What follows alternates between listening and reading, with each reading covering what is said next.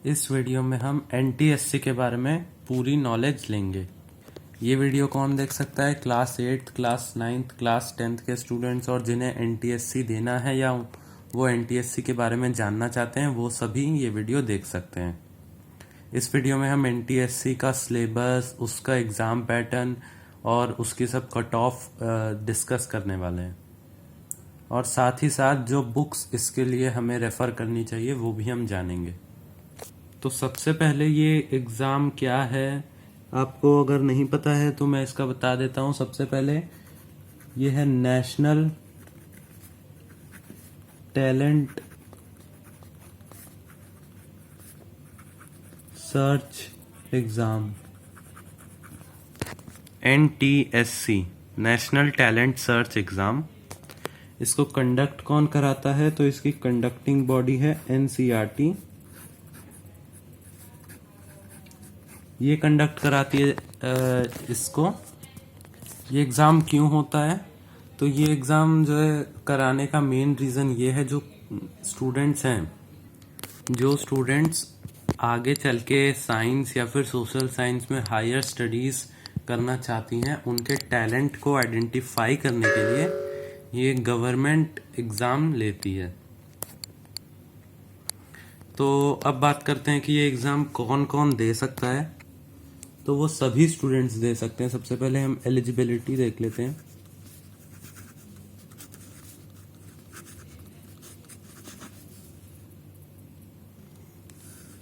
तो इसकी एग्ज़ाम को देने के लिए वो सभी स्टूडेंट एलिजिबल हैं जो क्लास 10th में हैं।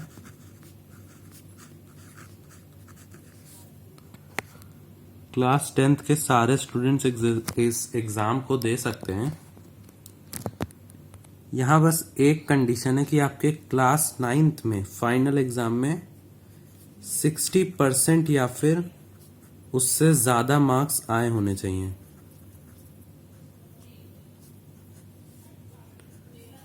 और अगर कुछ रिजर्वेशंस भी हैं, जैसे एसटी/एससी के लिए थोड़ा सा शायद कम है, 50-55% है। तो अगर आप इसके डोमेन में लाई करते हैं तो आप इस एग्ज़ाम को दे सकते हैं। अब हम बात करते हैं इस एग्ज़ाम का पैटर्न क्या है। तो इस एग्ज़ाम को 2 स्टेजेस में कंडक्ट किया जाता है। जो पहली स्टेज है, उस स्टेज को स्टेट लेवल पे कंडक्ट कराया जाता है। यानी इंडिया में जितनी भी स्टेट्स हैं, यूनियन टेरिटरीज हैं, वहाँ सब ये एग्ज़ाम के पेपर अलग होते हैं, तो उनके मतलब क्वेश्चंस भी अलग होते हैं। तो जो पहला स्टेज है वो कंडक्ट कराया जाता है स्टेट गवर्नमेंट के द्वारा। यानी अगर दिल्ली में कोई एनटीएससी स्टेज 1 का पेपर हो रहा है तो वो दिल्ली गवर्नमेंट कराएगी। जो दिल्ली बोर्ड होगा एजुकेशन का, वो कराएगी।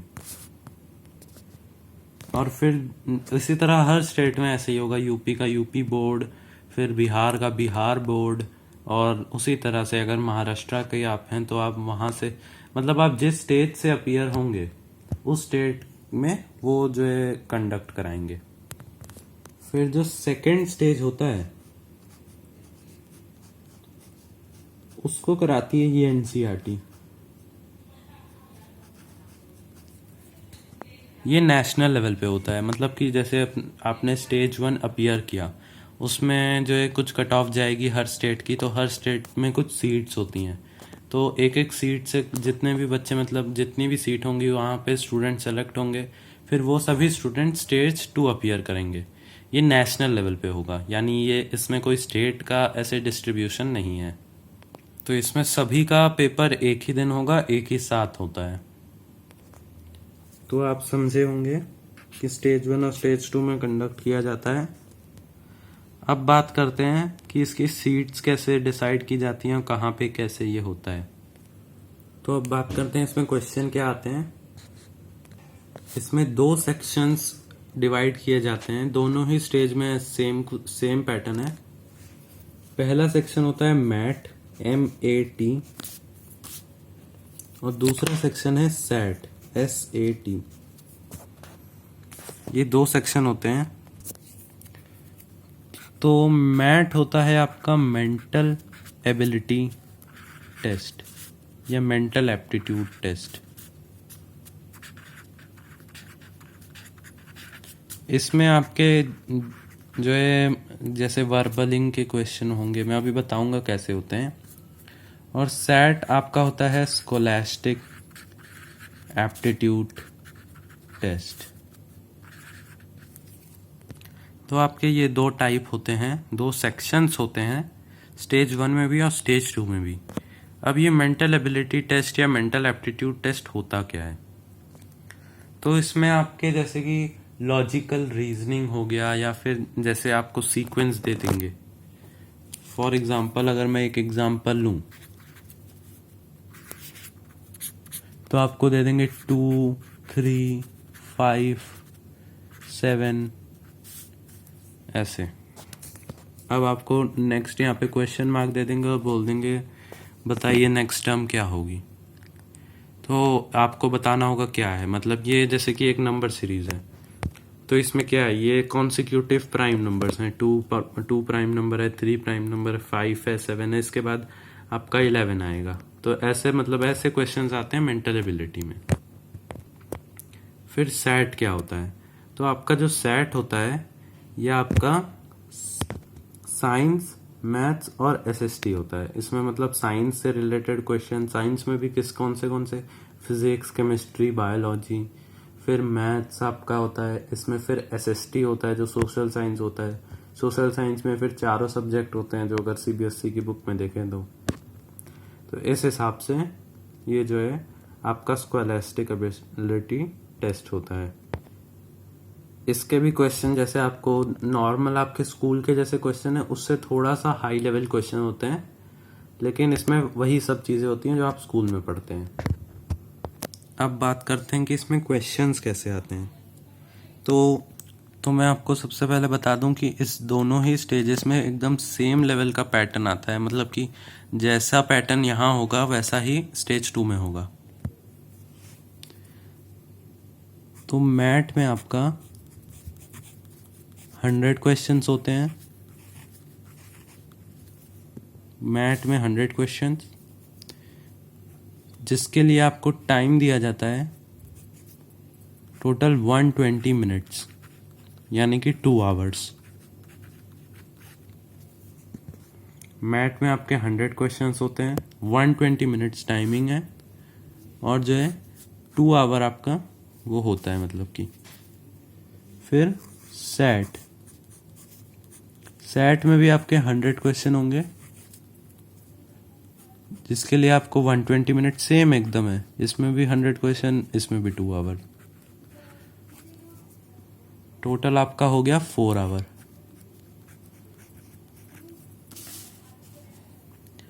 तो अब होगा क्या, मतलब कि आपको दोनों सेक्शंस एक साथ दे देंगे। आप पहले मैथ करना चाहें मैथ करें, आप पहले सेट करना चाहें सेट करें। मतलब ऐसा नहीं है कि 2 घंटे तक आपको पहले मैथ ही करना हो या 2 घंटे तक सेट ही, ऐसा नहीं है। एक साथ बुकलेट मिल जाती है, फिर आपको उसमें आप अपने अकॉर्डिंगली आप उसे कर सकते हैं। फिर इसमें टोटल 200 क्वेश्चंस होते हैं, 200 क्वेश्चंस, और हर एक क्वेश्चंस 1 मार्क का होता है, 1 मार्क ईच। अगर हर एक क्वेश्चन 1 मार्क का है तो टोटल पेपर जो आपका हुआ वो हो जाएगा 200 मार्क्स का। दोनों ही स्टेज में एकदम सेम ऐसा ही पैटर्न आएगा। आपका कोई भी स्टेट हो, आपके में यही फॉलो होगा, क्योंकि यही गाइडलाइन है। आप समझे होंगे मैथ, सेट और टोटल मार्क्स। एक चीज़ और बता देता हूँ, इस एग्ज़ाम में दोनों ही स्टेज में no negative marking, no negative marking. तो नेगेटिव मार्किंग नहीं होती है इसमें। होती क्या है नेगेटिव मार्किंग? वैसे अगर आपको नहीं पता हो, इसमें मतलब क्वेश्चंस जो होते हैं, अच्छा ये मैंने नहीं बताया, इसमें सारे क्वेश्चंस एमसीक्यू होते हैं। एमसीक्यू मतलब कि जो है मल्टीपल चॉइसेस क्वेश्चन, और जिसका सिंगल करेक्ट आंसर होता है। यानी कि एक क्वेश्चन दिया जाएगा, उसके 4 ऑप्शन देंगे और उसमें सिंगल करेक्ट ऑप्शन होगा। आपको जो है करेक्ट वाले को टिक करना है। तो ऐसा इसमें रहता है। अब अगर आपने सारे क्वेश्चंस अटेम्प्ट आपको करने ही होंगे, क्योंकि मतलब आप कर सकते हैं सारे क्वेश्चंस अटेम्प्ट, क्योंकि अगर कोई भी अगर आपको नहीं आ रहा है तो भी अगर आप करेंगे तो आपकी कोई नेगेटिव मार्किंग नहीं होगी, आपका मार्क्स डिडक्ट नहीं होगा। जैसे बाकी एग्जाम में ऐसा नहीं होता है। दोनों ही स्टेज का एकदम सेम ऐसा ही पैटर्न है, बस दोनों में फ़र्क क्या होता है, क्वेश्चंस का लेवल चेंज हो जाता है एक थिंग, और दूसरी कि जो है आपका स्टेज 1 जो है वो हर स्टेट में अलग पेपर आता है, अलग अलग दिन भी होता है। जैसे आज बिहार में आज है तो हो सकता है उत्तर प्रदेश में कल हो, फॉर एग्जाम्पल। लेकिन अगर आप स्टेज 2 की बात करेंगे तो वो पूरा एक साथ होगा। इसके जो फिर फॉर्म्स आते हैं, फॉर्म्स आपके सितंबर के टाइम में आना स्टार्ट हो जाते हैं, अगस्त सितंबर में। स्कूल में ही इसकी मतलब आप भर सकते हैं स्कूल से। तो जो है वहाँ पे फॉर्म जैसे ही आए आप जाके भर सकते हैं। बाहर से भी आप भर सकते हैं ऑनलाइन, लेकिन उसके लिए आपको स्कूल का मतलब जैसे एक मैंने कंडीशन बताई थी कि 9th में 60% या उससे ज़्यादा आपके होने चाहिए अगर आप जनरल हैं तो। और ओबीसी एसटी के लिए शायद 50-55 कुछ ऐसा है। तो अगर आपके इससे ज़्यादा हैं तो आप ले सकते हैं। तो ये इसका मतलब इसको सर्टिफाई करने के लिए आपको स्कूल से एक सर्टिफिकेट लेना पड़ता है, या फिर एक परमिशन लेटर, मतलब ऐसा कुछ लेना पड़ता है। तो उसके लिए आपको स्कूल से ही इसमें पार्ट लेना होता है। सितंबर के टाइम पे इसके फॉर्म्स आते हैं। स्टेज 1 का जो एग्ज़ाम होता है वो अराउंड नवंबर में होता है। नवंबर के फर्स्ट संडे को यूजुअली ज़्यादातर जगह होता है, लेकिन कई बार क्या होता है जैसे फ्लड हिट एरिया हो जाते हैं इसी समय, केरला आंध्र प्रदेश में फ्लड्स आते हैं तो वो इधर उधर भी हो सकता है। तो इसमें डेट भी मतलब चेंज हो सकती है। जैसे इस साल स्टेज 1 का ही पेपर बहुत लेट हुआ, 21 फरवरी 2021 को हुआ, क्योंकि उसका रीज़न ये था कि इस बार तो मतलब कोविड ही हो गया था, पैंडेमिक था, तो इसलिए नहीं हो पाया था। आपने जैसे फॉर्म भर दिया उसके बाद एग्ज़ाम के 2 वीक्स पहले आपको अपना हॉल टिकट आ जाएगा, वेबसाइट पे अपलोड हो जाएगा, आप वहाँ से डाउनलोड कर सकते हैं। उसके बाद आपको एक सेंटर दिया जाएगा जहाँ भी आप स्टेट में, अगर आप दिल्ली में हैं और आपने अपने स्कूल से ही फॉर्म भरे हैं तो आपको जो है एक सेंटर दे देंगे, यहीं स्कूल के ही आसपास देते हैं ज़्यादातर। फिर आप जो है वहाँ पे जाके अपना एग्ज़ाम के लिए अपीयर होंगे, और आपको अपना हॉल टिकट भी साथ लेके जाना है। इसमें एक चीज़ और बता दूं कि कई सारे एग्ज़ाम्स में कैलकुलेटर अलाउड होता है, लेकिन इस एग्ज़ाम में कैलकुलेटर अलाउड नहीं है। अब बात कर लेते हैं कि क्वेश्चन का लेवल कैसा आता है, सिलेबस क्या है। तो सबसे पहले बात करते हैं मेंटल एबिलिटी या फिर जो मैथ है उसकी। तो उसमें आपका जो सिलेबस होता है वो होता है नंबर सीरीज, अल्फ़ाबेटिकल सीरीज, फिर analogy, classification, direction test, coding decoding, blood relation, Venn diagram, mathematical operation, ranking test, number alphabet test, analytical reasoning, calendar, clock and time, और थोड़े से मतलब ऐसे ही क्वेश्चंस आते हैं। फिगर के क्वेश्चंस होते हैं कि जैसे कि अगर एक फिगर का कोई पिक्चर है वो 90 डिग्री पे रोटेट कर रहा है तो नेक्स्ट वाला कैसा दिखेगा आपको बताना होगा। मतलब ऐसे ऐसे क्वेश्चंस आते हैं। तो ये आप वैसे मैं लिंक दे दूंगा, आप एकदम डिटेल में इसको देख सकते हैं। मेन आपको ध्यान रखना है कि वर्बल रीजनिंग और लॉजिकल रीजनिंग, आप अगर नेट पे सर्च करेंगे इसका तो इसके कई सारे इससे रिलेटेड क्वेश्चंस आपको मिल जाएंगे, आप वो प्रैक्टिस कर सकते हैं। अब बात करते हैं सेट की। तो सेट आपका जैसे मैंने बताया कि स्कूल वाला ही होता है। तो उसमें जैसे स्टेज, इसमें 3 चीज़ें हैं। इसमें सबसे पहले है मैथ्स। तो मैथ्स आती है आपकी, आप कह सकते हैं कि क्लास 10th तक का तो पूरा ही आप कर लीजिए। जिस भी आप स्टेट के हैं उस स्टेट बोर्ड की क्लास 10th की मैथ्स आप कर लीजिए, और प्लस एनसीईआरटी अगर आप मतलब आपके अगर स्कूल में एनसीईआरटी नहीं चलती है, मैं उस केस में कह रहा हूँ, क्योंकि एनसीईआरटी बहुत इम्पोर्टेंट है इसके लिए। एनसीईआरटी की जो बुक्स आती हैं आप इसको ज़रूर कीजिए, मतलब इसका पूरा सिलेबस इसमें आता है।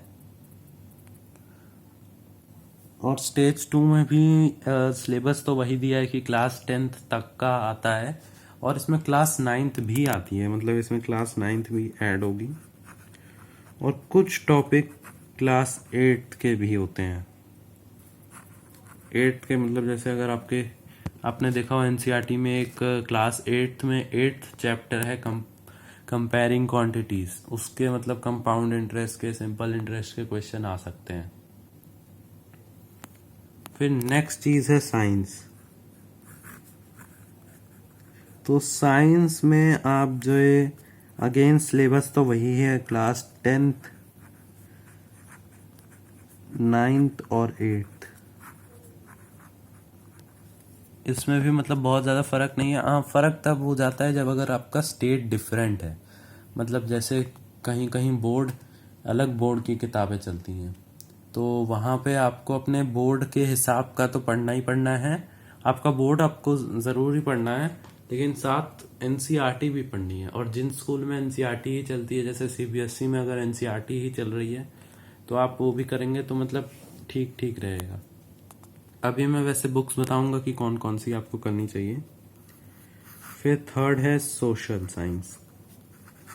तो सोशल साइंस में सबसे ज़्यादा इम्पोर्टेंट होता है आप जिस स्टेट के हैं उस स्टेट की हिस्ट्री की बुक्स, ज्योग्राफी की बुक्स पढ़ने के लिए। जैसे अगर आप राजस्थान के हैं तो आप अगर वहाँ की बुक्स पढ़ेंगे तो आप जो है बहुत वो बेनिफिशियल होगा, क्योंकि उसी से आते हैं हिस्ट्री और ज्योग्राफी जैसे क्वेश्चंस के, तो मतलब उसी से ही आते हैं।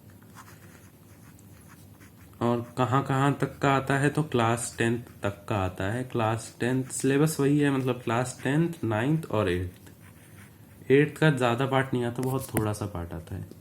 तो आपको ये पूरा सिलेबस पढ़ना पड़ेगा। आपको आपके लिए सेट तो ज़्यादा डिफ़िकल्ट होगा, लेकिन मैथ उतना डिफ़िकल्ट नहीं होता है।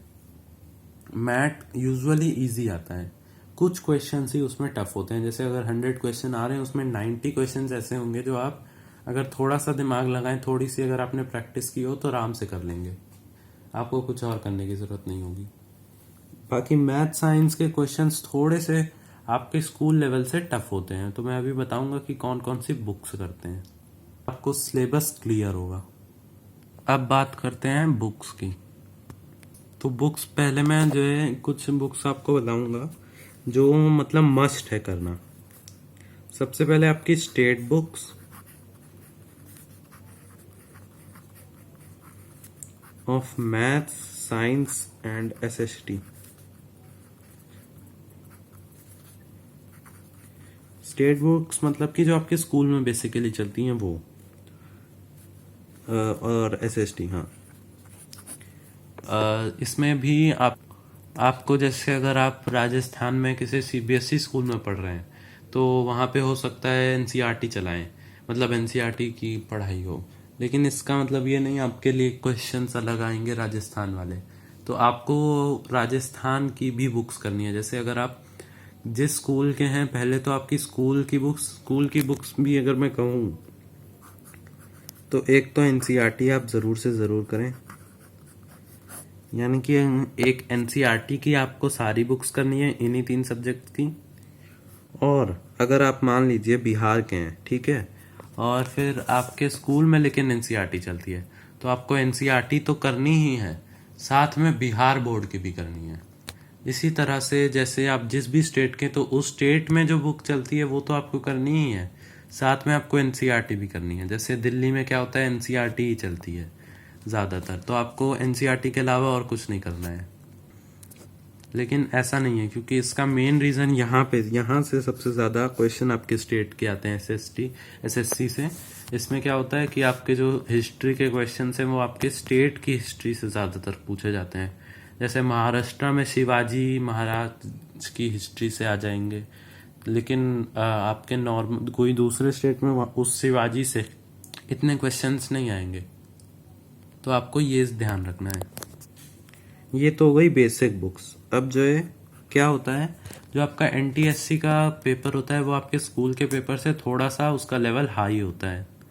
आप मतलब जैसे स्कूल में जो पढ़ते हैं वो होता है कॉन्सेप्चुअल लर्निंग, मतलब वो तो आपको एनटीएससी के लिए भी करनी है, लेकिन यहाँ पे जो क्वेश्चंस होते हैं वो होते हैं एप्लीकेशन बेस्ड। यानी कि आपको यहाँ एग्जाम्पल्स हर चीज़ के आने चाहिए। कौन कौन सा रिएक्शन, जैसे अगर किसी केमिकल रिएक्शन आप पढ़ रहे हैं तो उसमें आपको कौन कौन से रिएक्शन एंडोथर्मिक है, कौन सा एक्सोथर्मिक है, ये सब पता होना चाहिए। और स्कूल लेवल में उतना ये सब इतना ध्यान नहीं देते हैं, तो यहाँ एप्लीकेशन बेस्ड क्वेश्चन ज़्यादा आते हैं। तो इसी को एक तो करने के लिए सबसे पहले आप एक ले सकते हैं, मतलब मैं ये सजेस्ट करूँगा आप जाइए कोई भी शॉप पे और उन्हें बोलिए NTSC target for class 10th ऐसे करके एक बुक है। ये है दिशा पब्लिकेशन की ये बुक है। आप ये बोलेंगे 300-400 रुपए की है, ज़्यादा महंगी नहीं है। आप चाहें तो सेकंड हैंड भी ले सकते हैं, उसमें कोई दिक्कत नहीं है।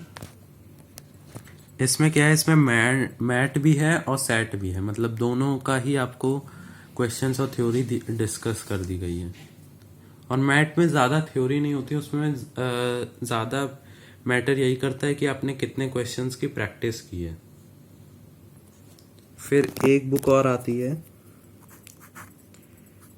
NTSC explorer.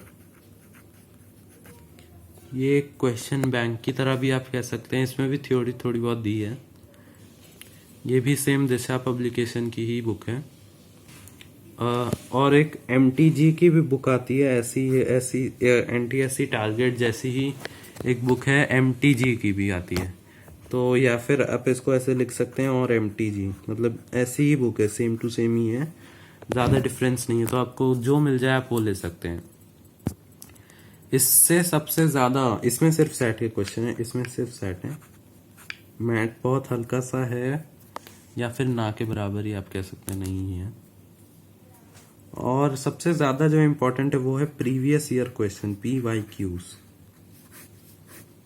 ये आपको कहीं भी इसकी एक बुकलेट आप या तो खरीद लीजिए, NTSC booklet of previous year questions, या फिर आप चाहें तो ऑनलाइन भी आप देख सकते हैं, मतलब नेट पे तो अवेलेबल हैं ही कितने सारे क्वेश्चंस, या फिर आप उसको ज़ेरॉक्स भी कर सकते हैं, मतलब वो आपके ऊपर है, क्योंकि क्वेश्चंस तो सेम ही होते हैं हर जगह, आप चाहे बुक में देखें या फिर आप ज़ेरॉक्स करके देखें। मेन आपको यह है कि आपको प्रैक्टिस करनी है, तो सबसे ज़्यादा आपको ध्यान रखना है प्रैक्टिसिंग पे।